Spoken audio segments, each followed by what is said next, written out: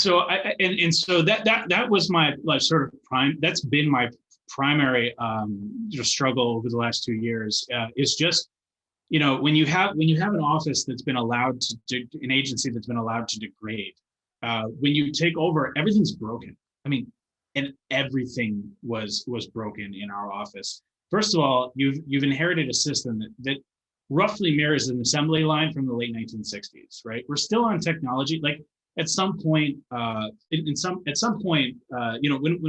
when we first bought the technology that we still use in the office today, I'm sure that the salesperson, said, these are the same computers that put a man on the moon.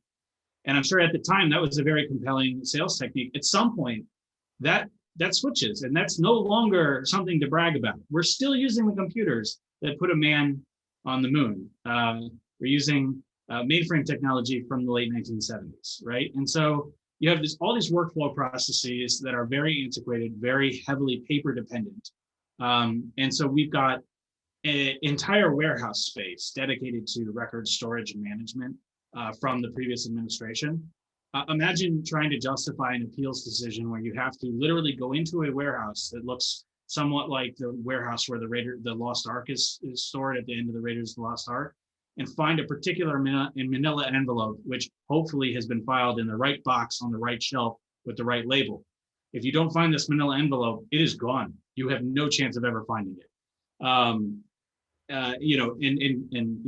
Any opportunity to perform higher level analytics, right? Like, are we making decisions that are biased in some way or another is like almost impossible.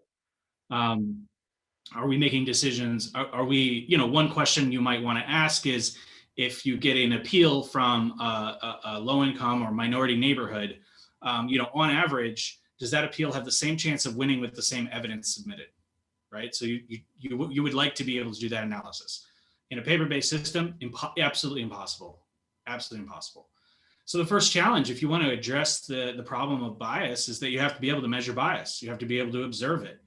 And so over the last 2 years, we've engaged in this major technology shift and implementation, which is still ongoing. We're off the paper-based appeal system. We now have a fully digital system, which allows us to track every little piece of information, which is fantastic. We now have a digital-based FOIA system, so we can see whether or not we're answering the public's questions in a timely manner. We have call center technology. Okay, so when the call center went live, which is like mid to late 90s, right? So good for us. We're only a few decades behind. But when you have a call center, you can actually see like the abandonment rate, which is the statistic that tells you how many people sit on the phone on hold and never get answered, and then they just leave and they hang up. Okay. Okay. Class participation. What do you think our abandonment rate was when the call center went live? 40%. 40%. So just under half of people waited and never got answered. Any other guesses?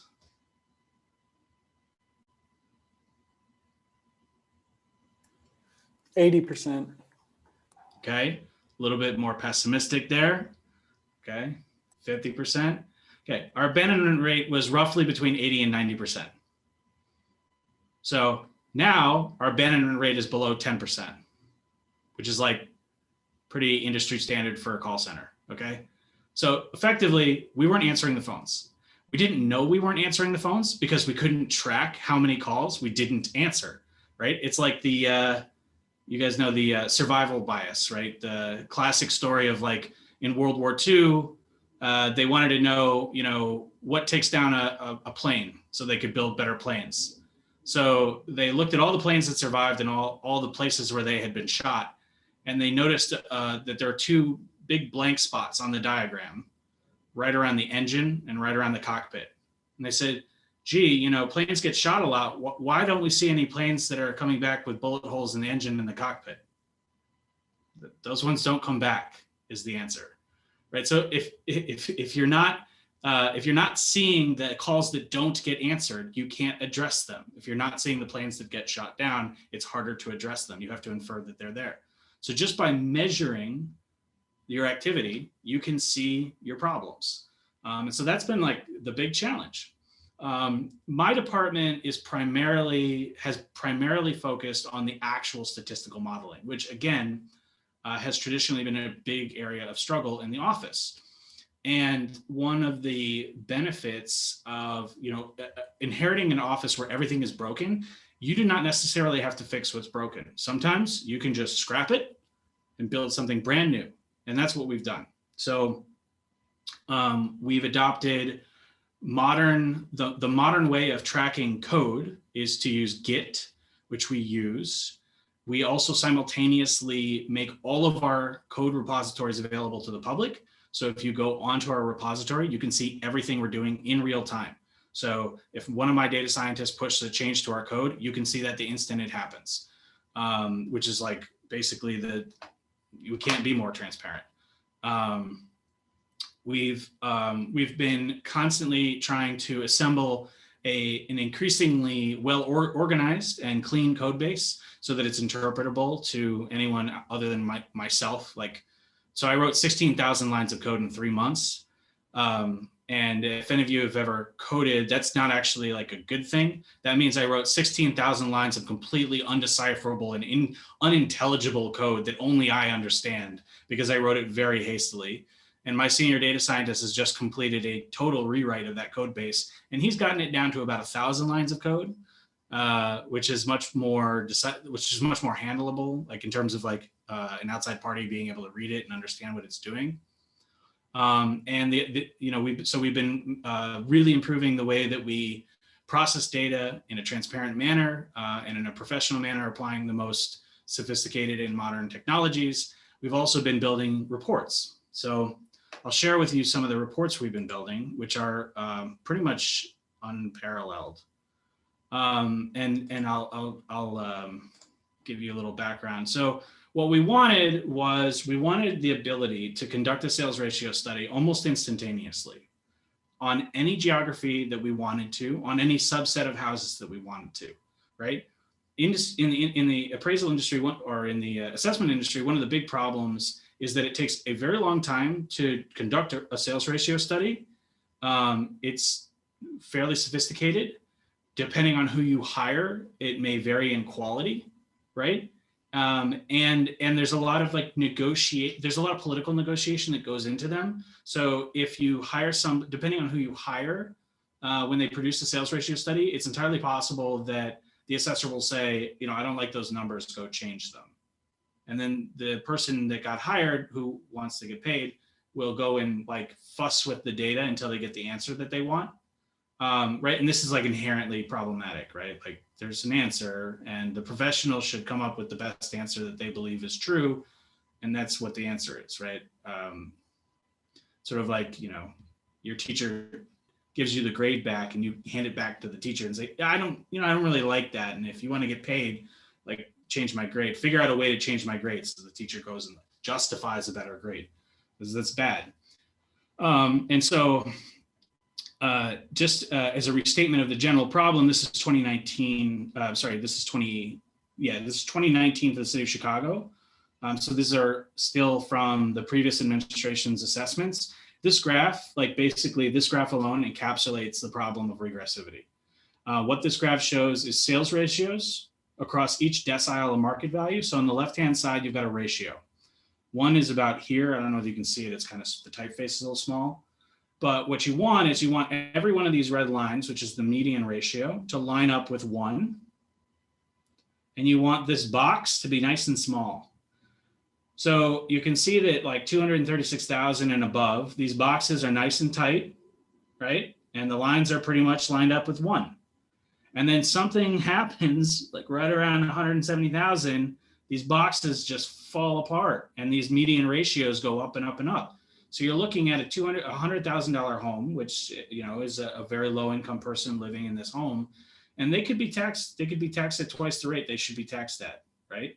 Because these ratios are twice as high as they should be. This is 2 here if you can't see the numbers, right? And then this yellow line is just your best fit, your average across them, and it's downward sloping pretty strongly. And this pattern is basically your structural regressivity. And so there's two ways that we've addressed that. The first is that we have, this is our 2021 model summary. This is looking forward to what we will be producing for the city this year. And one thing to notice, actually, let me go to, oh no, what have I done?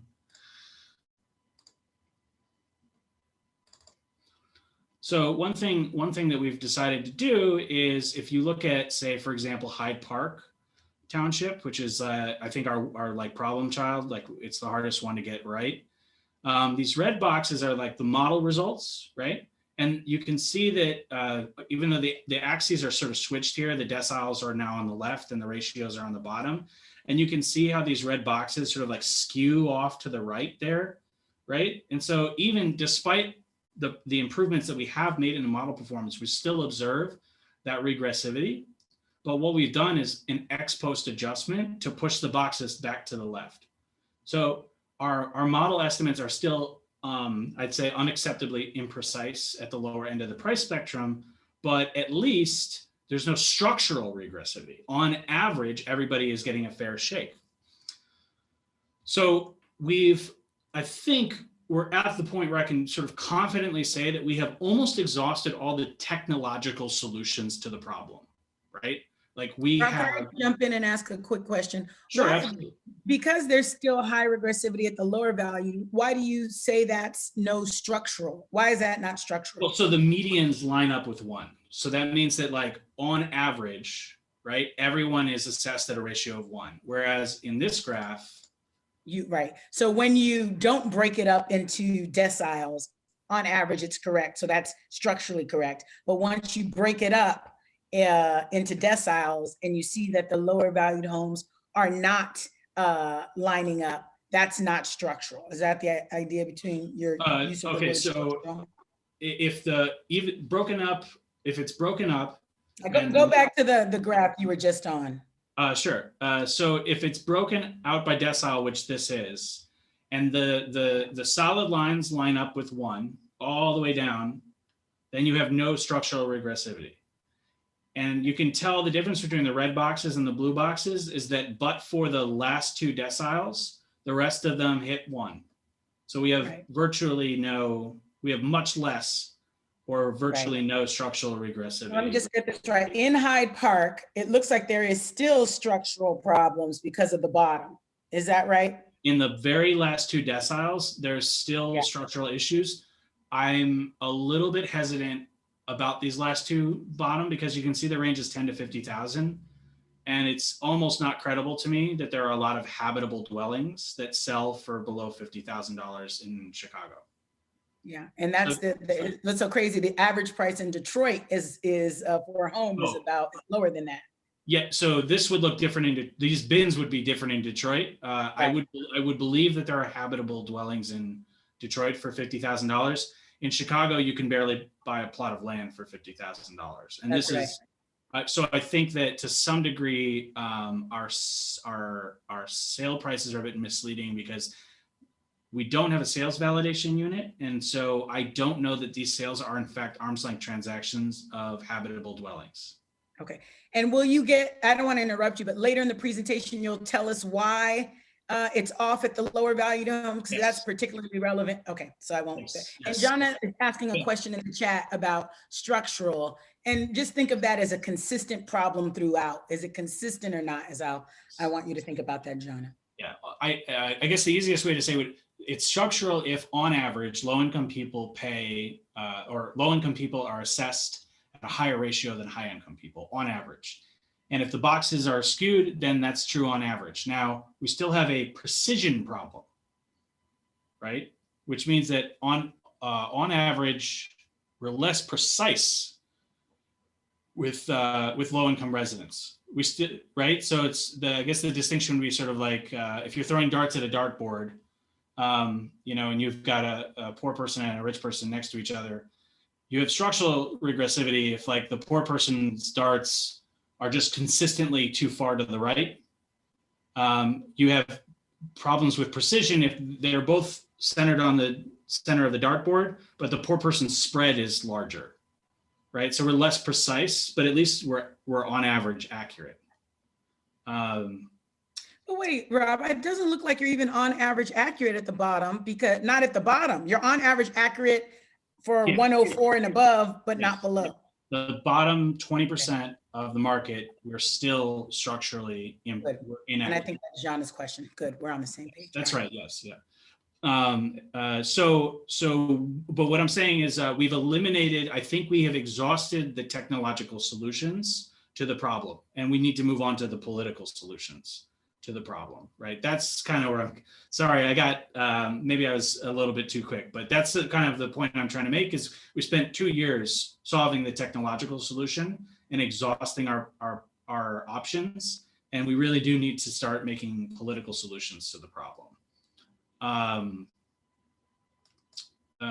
So primarily what explains sort of this pattern that we're seeing? And the answer is basically, if you're a statistician, you would say omitted variable bias. These are unobserved factors of properties that we do not collect in our data. So if you kind of imagine the degree of difference in sale price that would be caused by a low level of maintenance on a property in a low income area versus a high income area, right? Like in a low income area, it probably is the case that an under maintained home suffers a much larger shock to its potential sale price than in a high income area. And that is large, that could be liquidity, right?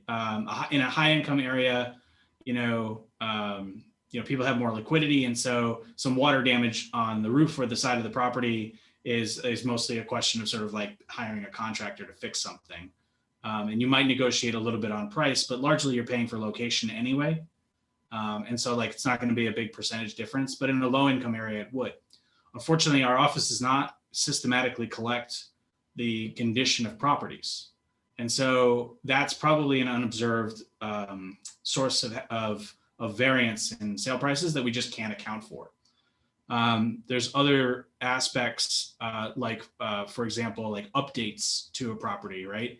So if you imagine an old property in a low income neighborhood, imagine the discomfort that you might experience if that property has steam heat and not new windows. Like that's not a comfortable place to live, right? You've got nosebleeds in the wintertime, you've got drafts, you've got pests in the summertime, you've got the ants, all that stuff. And that property may experience a larger percentage shift than it would in a higher income neighborhood. So the reason this is a political problem, right, is that the choice of what data we collect about properties is a choice. What we spend, and collecting data is expensive.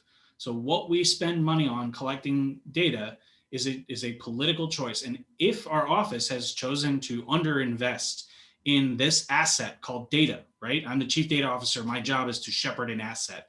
We are underinvesting in this asset in this way. We need to purchase in one way or another, either from a vendor or by sending field people out or by crowdsourcing or whatever. We need to start to generate these bits of data that will inform our statistical estimates of these values to try to get those boxes, get them narrow.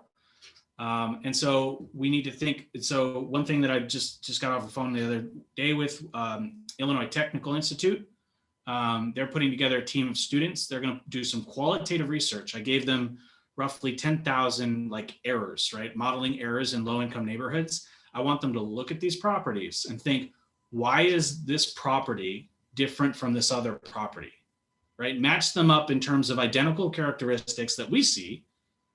But on the one hand, we've overestimated. On the other hand, we've underestimated, and say, what's the difference here, right? Personally, I've looked at a bunch of these. Gutters, for me, are a big thing. Something I'm noticing is when we overestimate the value of the property, it's pretty common to see that property has like a jacked up gutter because it's been under maintained. And so there's water damage on the roof line. So a $100,000 property that needs $20,000 worth of roof work in order to be like habitable, right? That's a 20% error on our side. right? Could be as much as a 40% error on our side, right? So that's where that huge ratio is coming from. Another could be personal property. So when you buy and sell a house, like typically you don't take the appliances with you. And so like updated appliances on a small property could actually be a significant portion, like could actually introduce a significant error, right? New kitchen, new stove, you could have $15,000 worth of appliances if you did all the new appliances, right? Continuous water heater as opposed to a tankless water heater, something like that. High efficiency furnace as opposed to a boiler, et cetera, et cetera. And so these kinds of features, which we don't really observe, could be part of the source of the error. Rob, where would you get data on that? Because it seems to me there may be a legal, so the reason in my understanding why assessors only look outside of the house is because there are privacy issues. The government can't enter your house to look at the heater and all of these kinds of things. So you're limited to the external. So if you're saying it's a data problem, how can you buy, where are you going to buy this data about this internal stuff from? Yeah, that's a great question. I don't actually know the answer, but I have ideas. I have ideas. Okay. So the first thing is utilities can't be observed directly, but you can infer the utilities of a property based on their entry and exit into the building. So we do track fireplaces, but we don't actually know how many fireplaces you have. We know how many flues you have because we can see on the outside of the building. High efficiency furnaces and tankless water heaters all have exit vents that are PVC pipe. So we can tell, right? The gutters, obviously you can see from the outside. And then the other thing is there may be proxies that are highly correlated with these things that I'm describing, right? So the story I always tell at the upper end of the market, right, is like, how many of you know what a pot filler is in a kitchen? Anyone? Tell me what a pot filler, Ryan? Yeah, isn't it it's basically like I don't want to call it like a sink, but it's like a hose like above your oven, right? And you could just use a little pot instead of bringing it from the, I don't know. Yeah. I really like home. How the heck do you know that, Ryan? Little House on the Prairie. Are you watching Little House on the Prairie? How do you even know that? I watch a lot of like home renovation shows, and they always want the pot filler. So. Yeah. Now, do they always want the pot? No, stay on the. Don't mute yourself. Like. Oh, sorry. Okay, I'm here. Yeah. So on these home shows, do they want the pot filler because they got 6 kids and they make a lot of pasta and they're sick and tired of carrying that water from the sink over to the stove? No. It's not like people with like huge families that are always cooking, right? It's always like 2 people with no kids. Yeah. And you're like, why do you need this pot filler? It's not utility. It's a symbol of wealth. Right? Yeah, it's definitely like a luxury thing. And if you tell me that a kitchen has a pot filler, that's all I need to know about how nice that kitchen is. That one fact tells me the rest of the kitchen. If you tell me 2 facts, it has a pot filler and their refrigerator looks like a cabinet, I now know everything about this person's life. I know that they shop at Whole Foods, that they're bougie, that their car costs $35,000 or more. It may be electric, it may be a Tesla. They have a 401k, and they've never done a day's work of manual labor in their life. I already know those 2 facts about your kitchen. I now know everything about you. So what we want to do is we want to find those proxies, right? Are there observable? I'm not bougie enough. I didn't even know what a pot filler was. Forget having one. Like, fine. As soon as you need, if you need one, you can't afford one, and if you can afford one, you don't need one. So don't worry about it. So like, if there are other proxies, is there information that we could see on the outside of the house that's highly correlated with what's on the inside of the house? We do have one of those variables in our data. It's what's the roof made out of, okay? If your roof is made out of shingles, you have a typical house. If your roof is made out of corrugated iron, you have like kind of a crappy house or weird. If your roof is made out of slate tile, okay, you have a nice house, okay? No one moves into a house with a broken water heater and says, I'll fix that after I get my slate tile. The slate tile is like really important, right? The slate tile is like basically like a vanity thing. So you have a really nice house if you have slate tile roof, right? and obviously this is different for different markets, right? New England, maybe not. Ceramic tiles in California is not the same as a ceramic tile roof here in Chicago. But that sort of thing. So yeah, I mean, this is like a big challenge. Like, first of all, and this is why I want the Illinois Tech people to do it, is to like qualitatively think about like, what can we observe about a property? Another thing is like just getting access to another source of information that we're looking at is the MLS. The text descriptions on listing contains an enormous amount of information that's sort of like implied or implicitly conveyed, right? Like the word opportunity translates to pile of crap. This is a great fixer-upper opportunity for DIY enthusiasts. That translates to this is a pretty crappy building. Quaint could mean small. And on the other end of the spectrum, maybe magnificent is like they're really trying to tell you something about this is a really nice property.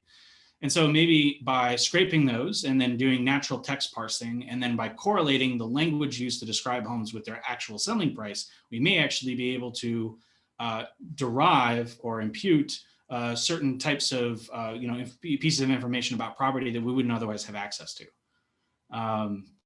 There's lots of ways to get at this. But this is a technical problem as well as a political problem. People need to spend money on this stuff. Like I'm always, at the end of the day, it's like we have to be willing to spend money to acquire data, because without the data, we will not be able to assess 300,000 low-income homes to any degree of accuracy. It's as simple as that, right? Like, you could pay me $1 million and I will not be able to deliver the results to you if I do not have the data.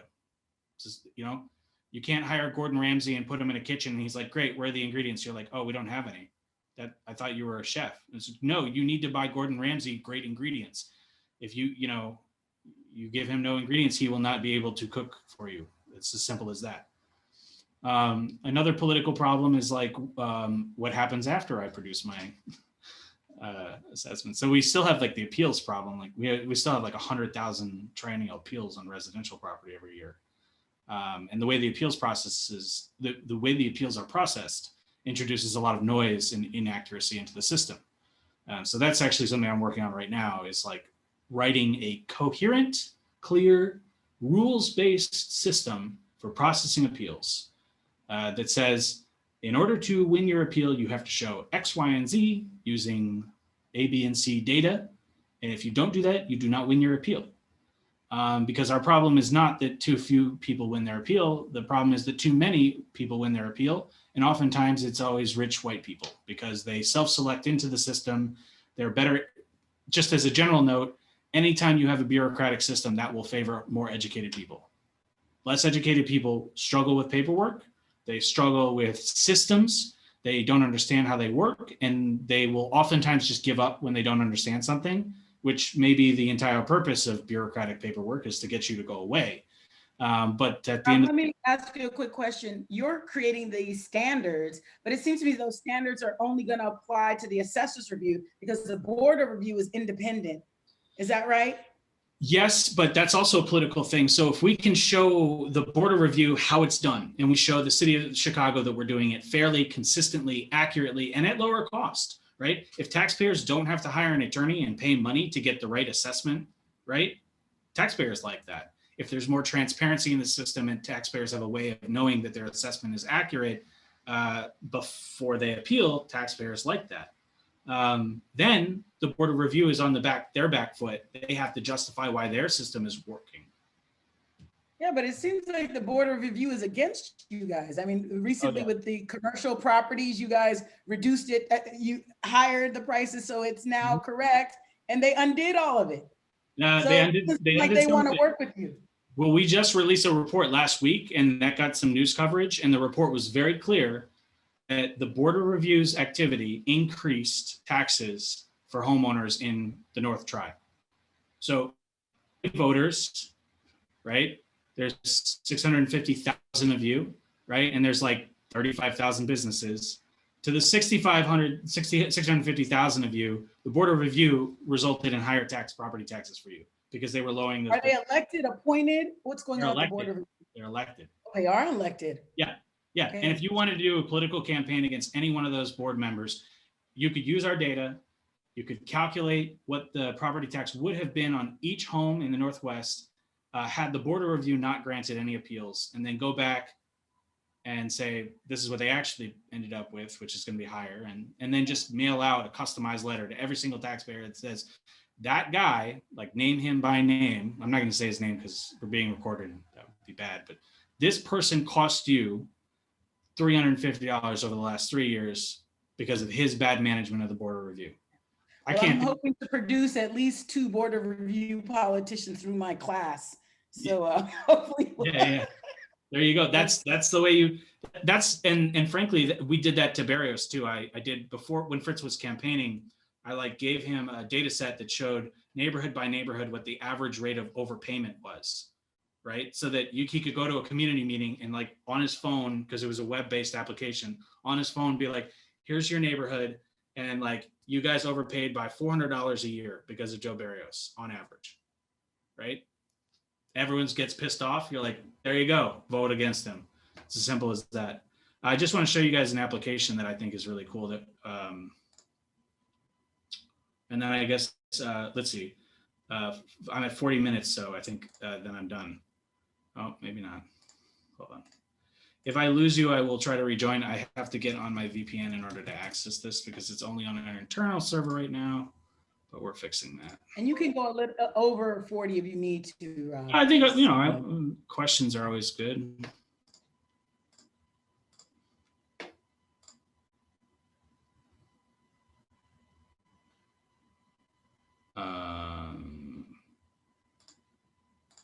Who knows? This happens all the time when I try to show people an internal, our internal server is up 99% of the time. And then the one time that I want to demonstrate it, it's not functional. All right. The other thing we could do is take questions and then you can keep toying with it. I got it. And then okay, here we go. So one thing we've done, right, is government is very beholden on contractors for production of technology. And what you're looking at here is an internal test environment that we set up on free servers that we run internally using Shiny, which is a free server application that R puts out, running on R. So everything here only costs time, which is expensive, and what I'm going to show you is this application that we're preparing for launch for next month that shows you an individual PIN, and it tells the taxpayer whether or not the valuation is fair. So you would put your, I could do a live demo for on the south side for just to see what's going on. So let's look on the south side of Chicago for a single family home that looks like a good candidate. Let's do the aerial photo so I can tell what's going on. Anyone want to contribute their home or their parents' home to this search?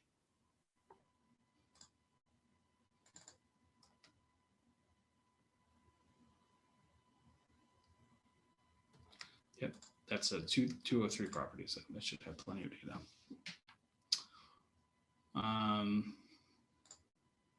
Someone put in the chat, 9816 South Harvard. All right, let's check that out.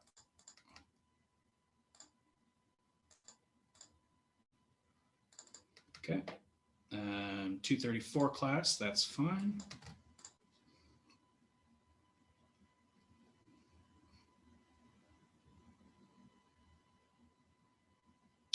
It's going to be faster when it's running on servers that we actually spent money on.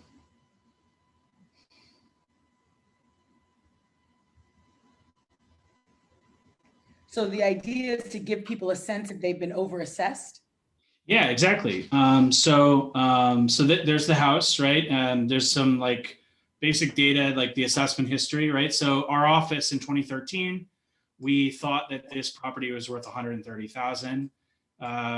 Back in 2018, we revised its assessment to 155,000. 2021, we're going to come back and rerun it. But the cool thing is, if we look at the history, well, this probably doesn't have an interesting history, but So this is the COVID adjustment. All right, so this year we knocked down all the property values by a fraction to account for COVID. The property history here is not that interesting because this person has never appealed. So it just shows that, you know, they had this value based on the triennial cycle, right? But if we look at comparables, we can look for example, sale comparables and say, like, what properties have sold that are similar? So there's a lot. There's 608 comparable sales within a 27-mile radius. Let's limit that to just like 1 mile. So it looks like there's 4 comparable sales within a mile. So there's this property, and then the other 2 sales are over here. So we've got sales. So this property sold for 157,000. This property sold for 72,000, and this is 67,000. That, by the way, is a perfect example of like the dispersion problem, right? Because our sale comps are determined just by our internal data. So our sale comps found 1 that's 157 and 2 that are roughly 70,000, just based on our internal data, right? So there's obviously a dimension here that we're missing. So let's look at this one, because this one's really close to that 155 number that they came up with 2018. You can go down here and look at that property. Oh, I forgot its pin. This comparable one's 157, 425. There's this one, right? So like, let's just like look up this property and say, like, do we believe that this property is comparable?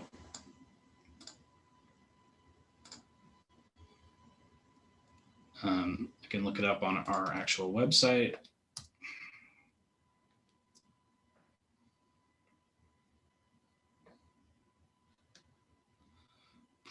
It looks similar. It's bigger. It's got the little bump out there on the attic. Oh, this one does too. This one's got a bit of an addition as well. So the argument that Pinval is making is that this home here is comparable to this home. It sold for 157. I got lost. Yeah, so that other home that I was showing you sold for 157 in 2013. But we don't necessarily believe that the market's depreciated since then. You could make that argument, but I don't think that's accurate. So this to me sort of says that 155 is like a very reasonable assessment for this property. The other 2 I don't think are valid sales, probably. But you can see the problem that we're having with the data, right? We have 3 sales, 2 of which are probably not valid. I could look at them. Anyway, the homeowner could look at this, you know, to their heart's content. And suppose we found those 2 other sales. Suppose we found a 3rd one. They could just use that to appeal, right? They could just say, like, look, here's 3 sales according to your own application. No other assessor does this. Almost no other assessor does this. It doesn't have any uniformity comparables, which is weird. We can also look at the neighborhood of this property. So like, here's this property's value, the red line, and here are the properties of the same class. You can see that it tracks the properties of the same class. Let's look at all the properties. Actually, this is from any class. Rob, when is this going live to the public, or is it already live to the public? We're trying to hit March. We're trying to hit it in March. But like, classes I'm talking about, it's just property class. It's like a shorthand for like clustering properties according to similar characteristics, right? So I'm not like I don't have to look at beds, baths, square foot, that sort of thing. Just look within property class. Most assessors. So your classes in Detroit are residential, commercial, condos, right? Is that you guys sorted out? We have that, and then we have classes inside of those. So 200, anything in the 200s is residential, but then there's like subclasses. So 203, 204, 234, like that sort of thing. Those subclasses group like single family homes into groups that are similar to each other. And so a shorthand way of finding similar properties is just start by looking inside of your class. It's not definitive, but it's just easy. anyway, so what we need to do is a lot of work to change this application so that it's directly speaking to the rules that we're trying to write for appeal. We want to be very clear with the taxpayer that we want them to go on the application, and we want them to basically see us saying, you know what, you don't really have a case for an appeal. There's either not enough evidence to appeal, or the evidence is against you. So in that property's case, we had hundreds of sales. And actually, let me just check one thing. We can look and see, just looking at the sales, you know, if I expand it out to like a 3-mile radius, quit it. Still only 4.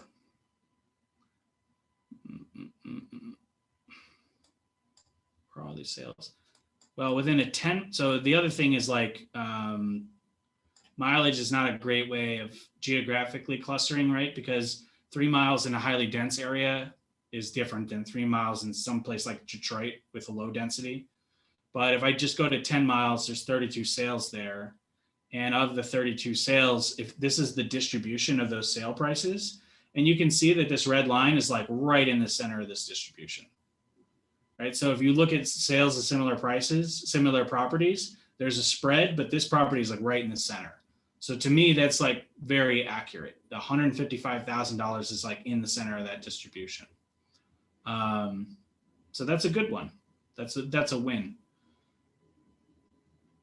See how these adjusted sale prices are like, or see how these sale prices are really high? These are probably invalid sales too. This is why we need a sales validation unit. These are like just weird. We've seen like really, really astronomically high values on properties, and it's either a keying error, right? Like 100,000 turns into $1 million, or it's some sort of trust deed transfer where you move the property into a trust at a different price. There's lots of stuff like that that should be excluded, but no one's ever like validated the sales. Anyway, I guess a whole department to do that, Rob? The what? You said a validation department. Is that normal in another assessor's office? They have a whole department? Yeah, they have a whole group of people. All they do every day is read deeds and mark them as this is a valid deed, this is not a valid deed, this is a valid, you know, or they read the deed and they say this is valid, but you have to subtract, you know, $30,000 for personal property, right? Like you were showing the house and somebody noticed your 1960s Firebird in the garage, and they said, you know, you throw in the Firebird and you've got a deal. So you put the Firebird on the deed, you know, personal property. It's more like common with businesses, right? When you buy an entire business and the real estate, sometimes it comes with business personal property. So if there's like furniture or equipment, in the case of like a manufacturing facility, that needs to be subtracted from the deed, right? Because we're not assessing business personal property. We're just assessing the real estate component. So, but somebody needs to like look at the deed, and it says on the deed, you know, $20,000 for the Firebird. Okay, that we got to subtract that off. Somebody doesn't, all I'm looking at is like really dirty data. So I guess just to conclude, right, is like the technical problems are not trivial. They're not. These are really, really hard problems. The cost of solving these problems is increasingly declining because you can do it with free software. You can do it with free services. Like I'm super cheap. I don't spend money on this stuff. But you need high levels of human capital, which is a challenge if you're a rural district. Especially if you're a rural district that has one of those laws that says like county workers have to live in the county, right? Like I have an employee in Mexico, I have an employee in Chile, okay? If you can't do that, like where are you gonna find a data scientist in North Dakota? Like it could be a challenge. So maybe that's a political issue, right? In order to deliver the services, the highest quality services to our taxpayers, we have to be able to hire people from outside the county. And then there are the political considerations, right? The politicians and the electeds, they have to be willing to devote the resources. I mean, if you have a governor who's just like, no, we're not going to even study it. That's not a technical problem. Our firewall won't allow us. Baloney. You are either not competent to hold your job or you are intentionally obstructing. Take your pick. You want to be a moron or corrupt. I don't really care. They're both really bad, you know? So, you know, that's a political problem. And those are also very challenging. And in many cases, you have to solve part of the technical problem and then go and solve part of the political problem, come back and solve part of the technical problem, and you're kind of bouncing back and forth. And so that's been the challenge for the last 2 years.